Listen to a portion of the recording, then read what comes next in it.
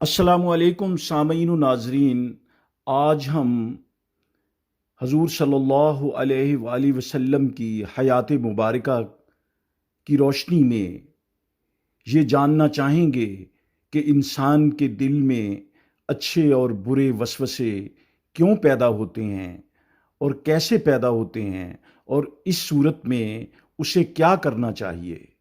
حضرت عبداللہ ابن مسعود رضی اللہ عنہ سے مرفوع روایت ہے کہ انسان کے دل میں ایک القا فرشتہ کی طرف سے ہوتا ہے اور ایک شیطان کی طرف سے۔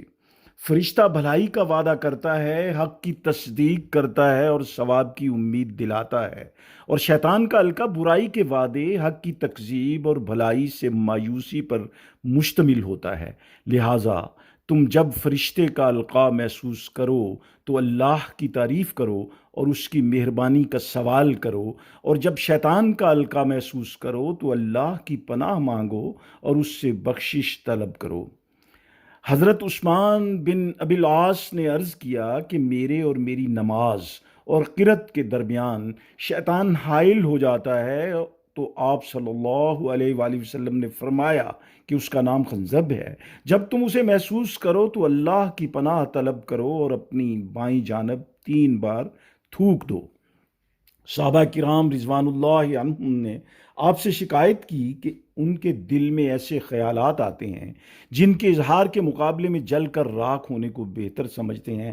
آپ نے فرمایا کہ اللہ اکبر، اللہ اکبر، سب تعریفیں اس اللہ کے لیے ہیں جس نے شیطان کی چال کو وسوسہ کی طرف پھیر دیا۔